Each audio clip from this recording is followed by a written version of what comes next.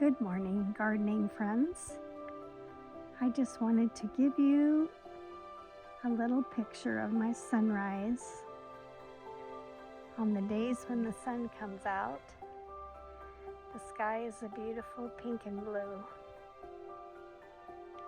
And this is looking towards the west, so the actual sunrise is behind me. Which I'll turn around and see. I don't know if the color is already gone. So I hope you'll have a wonderful day today. Thanks for being here.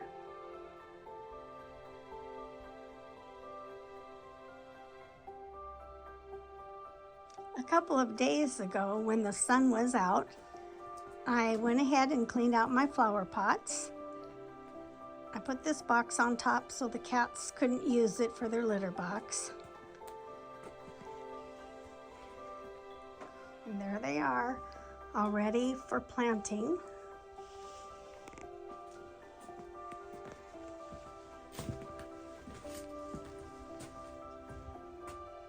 Notice the stones and the sticks.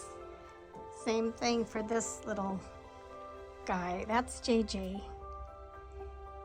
He will use any loose dirt for a litter box, even though he has one inside.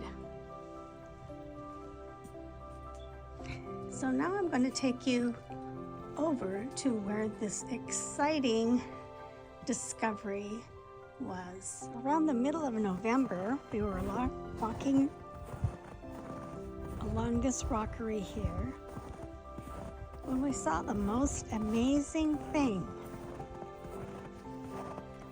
Right about here.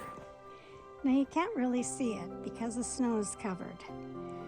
But here's the story using photos from November.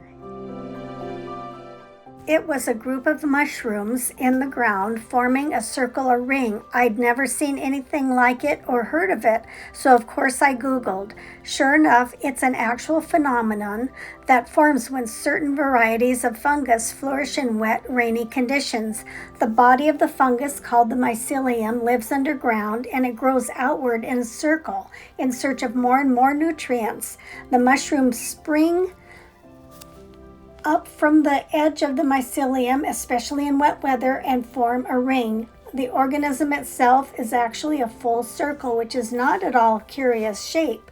It can also form under the canopy of a tree and appear neatly to circle a tree trunk.